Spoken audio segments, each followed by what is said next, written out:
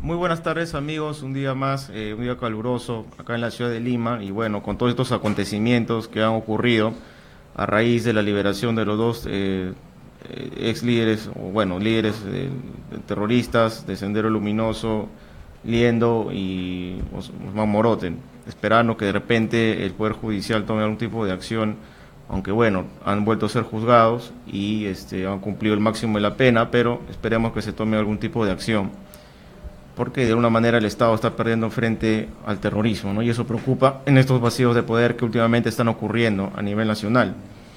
Y bien, el día de hoy tenemos una entrevista bastante especial con la doctora Evelyn Torre, quien es docente universitaria y es abogada especialista en todo lo que es derechos humanos y derecho internacional. ¿Cómo estás, Evelyn? Tu saludo a nuestros seguidores por el internet. Muy buenas tardes, muchas gracias Víctor por esta invitación a la radio HCM Radio TV. Un honor estar contigo y con todos tus televidentes. Bien, el día de hoy nos convoca Evelyn, el tema que es de tu especialidad, que es sobre justamente el sistema interamericano de derechos humanos, ¿no? Explícanos bien en qué consiste eso, ¿no? Porque la mayoría de personas sabe sobre, bueno, al menos los que somos abogados, y alguien que se ha visto vulnerado algún derecho constitucional sabe recurrir a los juzgados constitucionales o juzgados civiles, dependiendo si es que no hay un juzgado constitucional. Y bueno, sabemos que eso se agota en el Tribunal Constitucional, ¿no? Pero eso es en cuanto al fuero nacional, ¿no?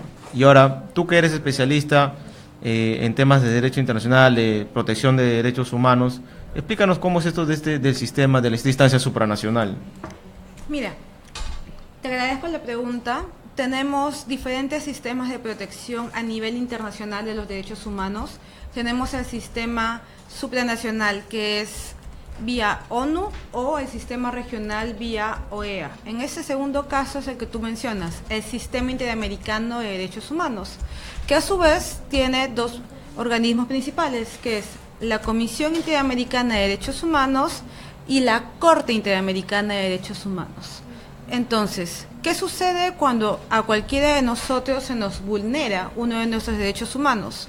Bueno, lo primero que tenemos que hacer es agotar la vía interna. Como tú bien mencionaste, ir a un tribunal constitucional, ir a un juzgado, ir a una comisaría y agotar toda la vía interna. Es en el momento en el que yo he agotado la vía interna y a la vez que yo considero que mi derecho ha sido vulnerado por el Estado, que yo puedo acudir a una instancia supranacional.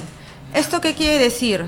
Si yo tengo un problema contigo, no voy a llevarlo al Sistema Interamericano de Derechos Humanos, porque en estos momentos tú no representas al Estado, ni yo tampoco. Tendríamos que hablar de cualquier institución que represente al Estado que vulnere mis derechos humanos, que yo he agotado la vía interna y en ese momento yo me acerco únicamente a la Comisión Interamericana de Derechos Humanos. ¿Qué quiere decir esto? Yo no tengo derecho a acudir directamente a la Corte Interamericana de Derechos Humanos. Yo me acerco a la Comisión Interamericana de Derechos Humanos y es ella la que va a tomar conocimiento de mi caso y va a ver si se reúnen los requisitos que están en el Pacto de San José, o también llamado Carta del Sistema Interamericano. Entonces, en el artículo 46 están los requisitos. Por ejemplo, que yo no haya llevado este caso a otra instancia supranacional, que yo sea un individuo, que el atacante sea un Estado, que no se haya transcurrido el plazo de 6 meses, y si es que se ha transcurrido el plazo de los 6 meses, que yo pueda justificar por qué no he acudido en el plazo debido. Y cuando reúno todos estos requisitos, yo llevaré el caso ante la Comisión Interamericana de Derechos Humanos. Esta Comisión Interamericana de Derechos Humanos no va a dar una sentencia a nuestro caso. Lo que va a decir esta Comisión Interamericana de Derechos Humanos es reunir los indicios necesarios y buscar en un primer momento una solución amistosa entre el supuesto Estado agresor y el individuo. ¿Por qué digo supuesto Estado agresor? Porque no puedo partir de que el Estado es culpable. El único que va a determinar la culpabilidad del Estado es la Corte Interamericana de Derechos Humanos, más no la Comisión. Entonces, lo que da la Comisión es, dadas las circunstancias, de repente emitir medidas cautelares, medidas provisorias, tratar de que no se vulnere aún más el derecho del individuo. Tenemos que cerciorarnos, por ejemplo, de que estamos acusando a un Estado que es parte del sistema interamericano de derechos humanos. Yo, peruana, no puedo acusar a España en el sistema interamericano de derechos humanos. Yo, peruana, puedo denunciar al Estado colombiano de la vulneración de mis derechos humanos si los hechos ocurren en Colombia. No puedo acudir a España. Si yo sintiera que mis derechos han sido vulnerados por el Estado español, acudiría a la Comisión Europea de Derechos Humanos, al Tribunal de Estrasburgo. Ese es otro sistema regional de protección de derechos humanos. Entonces, uno de los requisitos es que el Estado al cual yo esté acusando sea parte del sistema interamericano de derechos humanos, que haya suscrito y ratificado el Pacto de San José. Recordemos que en el año 2000 nuestro Estado quiso retirarse del Pacto de San José. Y bueno, como todo tratado internacional, eso también tiene un plazo. Los Estados somos soberanos para, si deseamos, ya no ser parte de una institución, de un organismo internacional, pero hay plazos. Si, por ejemplo, hoy, 19 de abril del 2018, el Estado peruano decide retirarse del sistema interamericano de derechos humanos, puede hacerlo, pero va a ser efectivo a partir del 18 de abril del 2019. Se tiene que denunciar un año antes, ¿no? Exactamente, los tratados internacionales tienen un plazo para denunciarlos, para retirarse de ellos, y en el caso del sistema interamericano el plazo es de un año. Quiere decir que si el día de hoy yo voluntariamente decido no ser más parte del sistema interamericano, el sistema interamericano lo va a aceptar, pero todos los casos que lleguen la próxima semana, el próximo mes, de aquí a 6 meses, la Comisión Interamericana lo va a recibir y le va a dar curso. Va a recibir todos los casos hasta que se cumplan los 365 días a partir de la denuncia por parte del Estado peruano. Entonces, ¿nuestro Estado peruano denunció el Pacto de San José? Sí. ¿Se hizo efectiva la denuncia de la Convención Americana de Derechos Humanos? No. Porque en el gobierno de transición de Paniagua nosotros regresamos al sistema interamericano y nunca se hizo realmente efectivo que nosotros saliéramos del sistema interamericano de derechos humanos. Hasta la fecha, nosotros venimos siendo parte del sistema interamericano, cumpliendo hasta ahora en un buen nivel las sentencias que ha emitido la Corte Interamericana de Derechos Humanos, porque el único ente que puede tener sanciones que sean de fuerza obligatoria es la Corte Interamericana de Derechos Humanos. Lo que hace la Comisión es darnos recomendaciones. Yo le recomiendo al Estado peruano que tome medidas para que estos hechos no vuelvan a suceder. Esa es la diferencia entre la Comisión y la Corte. La Comisión es el primer paso entre el individuo y el supuesto agresor de sus derechos. La Comisión emitirá recomendaciones. La Comisión buscará una solución amistosa. Por ejemplo, en el caso peruano entre Perú y el caso de Mamerita Mestanza, como recordarás por la supuesta esterilización forzada de Mamerita Mestanza, el Perú llegó a un acuerdo amistoso. Esto significa que no podemos decir que el Estado es culpable o inocente. No hubo una sentencia, fue la Comisión la que llegó a una solución amistosa. Cuando no se llega a una solución amistosa, en ese caso pasamos a una siguiente instancia. En esa siguiente instancia es cuando ya no va a ser el individuo el que se acerque a la Corte, va a ser la Comisión la que se acerque a la Corte. Evidentemente, la Comisión Interamericana recibirá y representará los intereses del individuo e irá al juicio contra el supuesto Estado agresor, y quien definirá será la Corte Interamericana de Derechos Humanos. Son dos instancias distintas. ¿Y por qué recalco esto? Porque ha habido ya jurisprudencia donde la comisión considera que se ha vulnerado una serie de derechos y cuando la Corte emite un juicio considera que han sido otros los derechos que se han vulnerado. Por ejemplo, en el caso de Chile, la última tentación de Cristo, donde la comisión consideró que se había vulnerado el derecho a la religión y la Corte desestimó ese pedido. Entonces, son dos instituciones distintas que ambas son parte del sistema interamericano. Para hacer una comparación con otros sistemas regionales, el sistema interamericano tenemos comisión y corte. En el sistema europeo de derechos humanos también teníamos comisión y corte, pero hoy en día ambos se han unificado en un solo tribunal, que es el Tribunal de Derechos Humanos con sede en Estrasburgo. En el sistema africano de derechos humanos tenemos aún comisión y corte. Y te puedo decir que ya nunca ha habido, no hay hasta el momento sistema asiático de protección de derechos humanos. ¿Y eso por qué? ¿Por qué se...? Son la voluntad de los estados, porque nosotros somos como estados soberanos los que decidimos ser parte de organismos internacionales. Y en cierta medida nosotros delegamos parte de nuestra soberanía en pro del bienestar común, el bienestar mayor. No se nos puede obligar a nosotros a ser parte de ningún organismo internacional. Hay una excepción ahora que lo mencionas. Ahora que mencionas de por qué no hay. ¿Sabíamos nosotros de que, por ejemplo, la Declaración Universal de Derechos Humanos es obligatoria para todos? ¿Pero por qué es obligatoria para todos? ¿Por qué es un tratado? No. La Declaración Universal de Derechos Humanos no es un tratado internacional, es una resolución de la Asamblea General de Naciones Unidas. Y no nació como una obligación, nació como un soft law, como un derecho blando. Lo que sucede es que se volvió una norma constitucionaria, que tiene dos elementos, la opinion juris y tiene la práctica reiterada en el tiempo.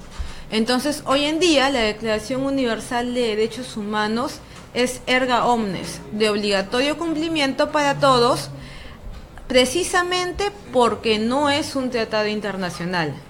Si fuera un tratado internacional, solo sería obligatorio para aquellos estados que así lo han ratificado.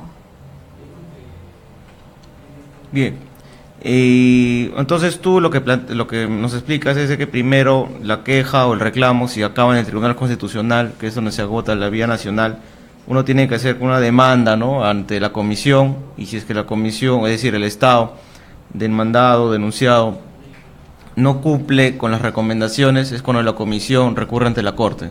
Efectivamente. Ya. Y ahora, explícanos qué es lo que pasa en el tema Fujimori, por ejemplo, respecto al tema del indulto, ¿no?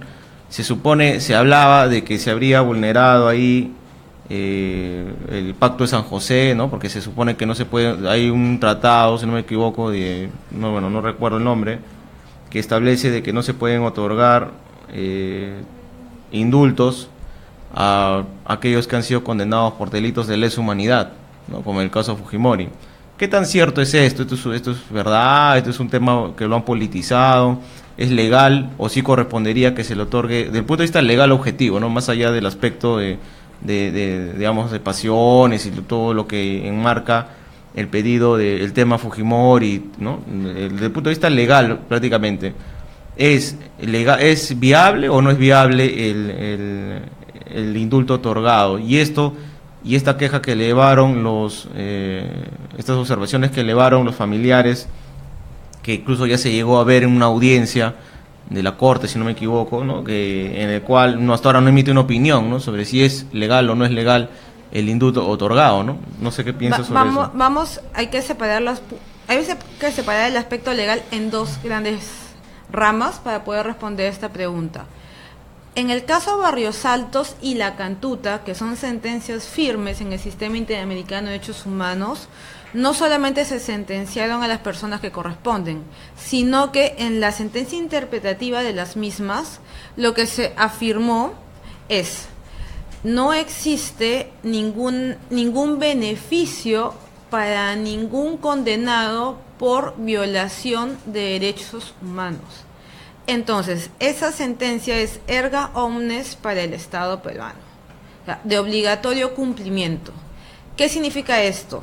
Que si, por ejemplo, yo evado mis impuestos, voy a la cárcel, ¿puedo tener un beneficio penitenciario? Sí, podría tenerlo. Pero si yo he sido condenado por violación de derechos humanos, en ese caso, ¿qué correspondería? No correspondería los beneficios, porque ya tenemos dos sentencias en el sistema interamericano de derechos humanos que dicen que para violadores de derechos humanos no puede existir ningún beneficio en cuanto a la condena de los mismos. ¿Sí? Ya tenemos esas sentencias.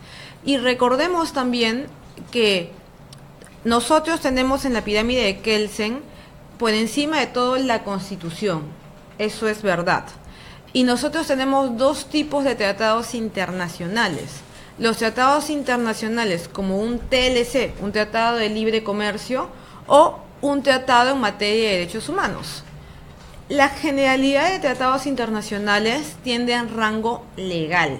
TLC, rango legal.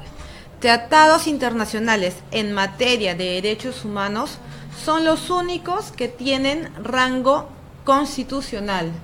¿Qué quiere decir esto? Que la Carta Interamericana de Derechos Humanos, también llamada Pacto de San José, tiene rango constitucional para nosotros. Y nosotros, a su vez, hemos aceptado la cláusula de la competencia jurisdiccional de la Corte Interamericana de Derechos Humanos. ¿Qué quiere decir esto? Que las sentencias que se emiten hacia nuestro Estado son de obligatorio cumplimiento. Bien, entonces, en conclusión, ¿es viable el indulto o no? En mi opinión, no. No, mientras nosotros seamos parte del sistema interamericano de derechos humanos. Ya, y esta queja elevada, entonces, ¿qué es lo que va a pasar al final? La comisión, porque esto lo ha visto la Corte, ¿no? La comisión. Sí, lo está viendo. No hay un pronunciamiento todavía. Pero ¿puede ordenar la nulidad o recomendar la nulidad de ese indulto? No se trata de recomendar o ordenar la nulidad. Sería tan sencillo como decir que se cumpla la sentencia Barrios Altos, que se cumpla la sentencia La Cantuta.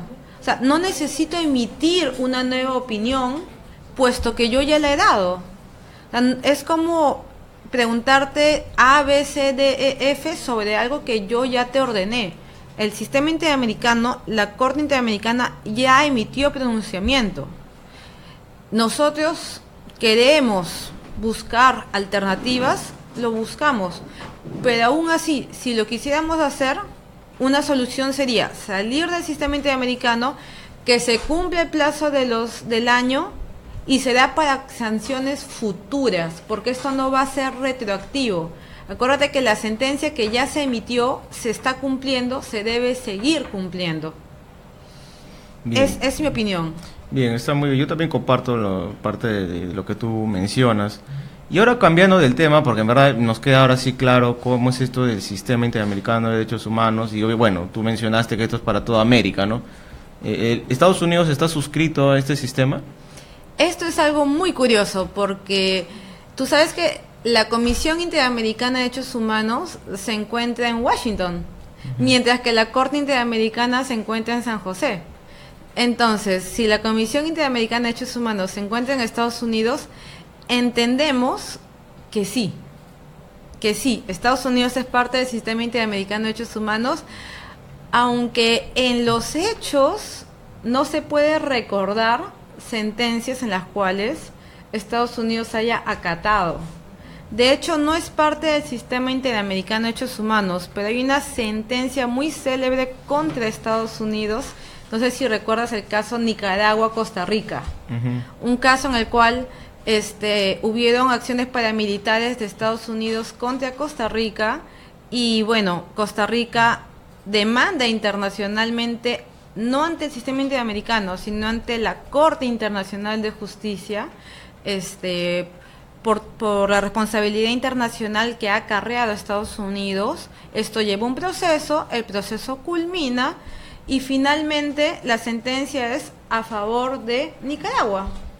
¿Y qué sucedió con la sentencia de Nicaragua? ¿Fue ejecutada por Estados Unidos? Nunca fue ejecutada por Estados Unidos. ¿Por qué? Porque para que se ejecute una sentencia de la Corte Internacional de Justicia, el Estado que considera que ha sido vulnerado debe aplicar la Carta de Naciones Unidas, el artículo 94. Y al aplicar el artículo 94, esto va a subir al Consejo de Seguridad de Naciones Unidas, y ya sabemos quiénes son los miembros del Consejo de Seguridad de Naciones Unidas y por qué motivo podría haber un veto. Bien. Entonces, cuando hubo un caso en el cual Estados Unidos internacionalmente perdió legalmente contra Nicaragua, no hubo una sanción efectiva contra Estados Unidos. Entonces podría decirse que Estados Unidos no forma parte, ¿no?, de manera en la práctica del sistema interamericano. Teóricamente sí. La Comisión Interamericana de Derechos Humanos está en Washington. Uh-huh. ¿Qué mejor prueba que Estados Unidos es parte del sistema interamericano a que sucede de uno de los dos organismos más importantes están en Estados Unidos? Ahora, que en la práctica podamos decir que hay casos que se hayan llevado, no lo tenemos. Bien, en la práctica, claro, muchas cosas son teóricas, pero en la práctica no. Y para cambiar de tema, Evelyn, ¿qué nos puedes decir acerca de esta reunión, de esta cumbre de las Américas famosa que parecía que iba a ser realmente, al menos desde el punto de vista mediático, bastante llamativa, porque se pensó que iba a venir Trump y Maduro? Pero en verdad yo no sé, de hecho que tú tienes otra idea. Yo siempre he sido como un poco, no sé si pesimista o como que le doy la contra a este tipo de cumbres internacionales, porque no sé de qué manera, o no sé si soy ignorante en el tema, apoyan o ayudan a que un estado como el peruano o el latinoamericano, más allá del turismo que vienen a hacer esos señores acá y el dinero que se gasta, ¿qué acciones concretas, o sea, o mejor dicho, para qué sirven estas cumbres, estas reuniones de alto nivel, más allá del gasto y el tema turístico y la presencia de los presidentes? Hay acciones concretas que es decir, ese discurso, todo ese floro en las conferencias y toda esa buena voluntad de las primeras damas de crear, donar dinero y de que sí, que se va a fortalecer políticas contra la corrupción, que mismo Vizcarra lo mencionó, que, bueno, desde el punto de vista diplomático me parece excelente la idea de reunir a los presidentes, ¿no? Porque, bueno, al menos era la forma de cómo Vizcarra se mostraba, al menos ante América, en primera instancia, ¿no? Y bueno, siempre es necesario tener relaciones diplomáticas. Perú siempre ha destacado en esa área del derecho, ¿no? Sobre todo en esa área del derecho que, digamos, que es prácticamente impecable, ¿no? Pero en acciones concretas, ¿para qué se hace este tipo de cumbres? ¿Con qué finalidad? Mira, tenemos algo positivo dentro del contexto, no será adverso. Sabrás que no es nuestra mejor presentación dar una carta de invitación a un gobierno y luego retirar la carta de invitación como lo hicimos con Venezuela. Nosotros hemos hecho eso a pesar de que Trump rechazó la invitación a último minuto, lo cual podría generar de alguna manera una baja expectativa para el éxito de esta reunión. Yo te puedo decir que ha sido todo lo contrario, porque en las últimas dos cumbres nunca hemos llegado a ningún acuerdo. O sea, en la cumbre anterior no hubo acuerdo, en la anterior tampoco hubo acuerdo. Ahora que ni siquiera viene Trump y hemos retirado la invitación a Venezuela, y Evo no nos decía si venía o no venía hasta un día antes, ¿qué podríamos esperar? Poco. ¿Qué hemos logrado? Hemos logrado que la cumbre Gobernabilidad Democrática frente a la corrupción llegue a 57 puntos de acuerdo. Es un poco también, como tú bien dices, bueno, ¿y quiénes estamos reunidos para hablar en contra de la corrupción? Todos los presidentes que ahorita precisamente se discute la legitimidad sobre la corrupción que hay en cada uno de sus países. Entonces, discutible sí, pero se puede decir que hemos llegado ya a 57 acuerdos. Eso ya es un punto favorable. Tenemos que ahora esto traducirlo en políticas públicas comunitarias. Eso no puede quedar en una simple declaración de Lima. Tenemos que, ya sabemos todos que queremos luchar contra la corrupción y que queremos ser democráticos. Bueno, ¿cuál va a ser la política pública de cooperación judicial entre los estados? Esa es una buena pregunta. ¿Cómo lo vamos a implementar? Y eso es lo que realmente preocupa, ¿no? Porque de pasar de los hechos, de las palabras a los hechos es todo un tema, ¿no? De cómo internaliza cada gobierno, digamos, desde el punto de vista legislativo, operativo, ¿no? Para poder plasmar esas ideas en cosas prácticas, ¿no? Mira, se está avanzando y en paralelo también recordemos que se viene pronto la Alianza del Pacífico. Y justamente en esta última visita estuvo Trudeau y el presidente de Canadá, el primer ministro de Canadá, y reafirmó su compromiso con la Alianza del Pacífico. Entonces se están fortaleciendo diferentes ejes que nos favorecen como región, que nos favorecen a nosotros. Nosotros estamos, se puede decir que estamos con un presidente que está en estos momentos demostrando que hay una política, hay una acción concreta contra la corrupción. O sea, estamos dando el mejor ejemplo para decir, el país está luchando y va a seguir luchando. Necesitamos la cooperación de los demás estados para que para que el caso Odebrecht sea un caso aislado y no una constante. Bien, sí, bueno, es claro, bueno, como tú bien me manifiestas, ¿no? De que, bueno, es importante que se haga un acuerdo en común. En verdad, el tema es la corrupción. Y justamente pues el caso de la Vaca Muerta es el caso de corrupción más grande de Latinoamérica, en el cual muchos de los países que han venido justamente están implicados, no solamente los presidentes, sino también todo el equipo que ha estado detrás de todas estas obras o proyectos o infraestructura pública, sea bajo la modalidad que fuera, no sea ley de contrataciones, asociación pública-privada, una concesión. Bueno, Evelyn, en verdad el tiempo es bastante corto, nos gana, y en verdad no hemos podido hablar de otro tema interesante que era justo este conflicto de Siria, pero de repente en otra oportunidad yo quiero felicitarte de manera personal por la actividad que haces, por los viajes y pasantías y recorridos que haces en diversos países justamente para informarte y para traernos acá el conocimiento respecto a todo esto del derecho internacional, que es una rama del derecho muy, muy interesante, pero que a veces no le da mucha importancia, ¿no? Porque la mayoría de abogados egresan y ven temas nacionales, pero son pocos los que ven hacia afuera y también los pocos los que tienen la capacidad para poder ver, ¿no? Bueno, Evelyn, yo quisiera agradecerte y tus últimas palabras para nuestros seguidores.